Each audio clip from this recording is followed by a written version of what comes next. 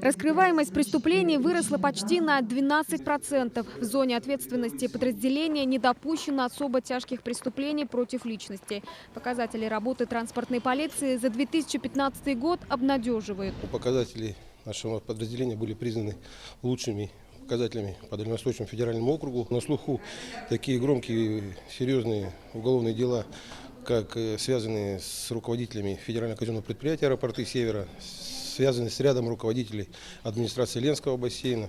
Кроме разоблачения больших начальников, на счету у страж порядка конфискация сотни единиц различного оружия и около 3500 боеприпасов.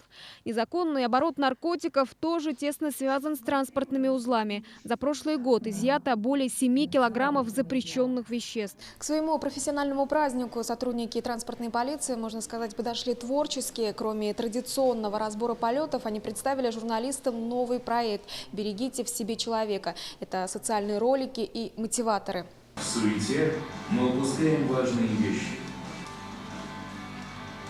Живите осознанно. Проект – попытка изменить подход к профилактической работе. По словам авторов, акцент сделан на базовые, но часто забывающиеся человеческие ценности. Добрые мысли, когда вдруг ниоткуда берется желание помочь незнакомому человеку. И мы посчитали, что вот это все как раз можно отнести к так называемой внутренней точке опоры, которая есть абсолютно у каждого человека. Это такой надежный, вневременной механизм.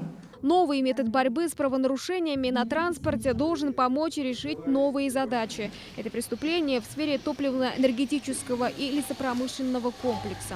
Сегодня приоритетным направлением стало для нас, для республики, по крайней мере, это борьба с незаконным ввозом алкогольной продукции на территорию Республики Саха-Якутия. Сегодня под надзором полиции на транспорте железная дорога, речные порты и десятки аэровокзалов.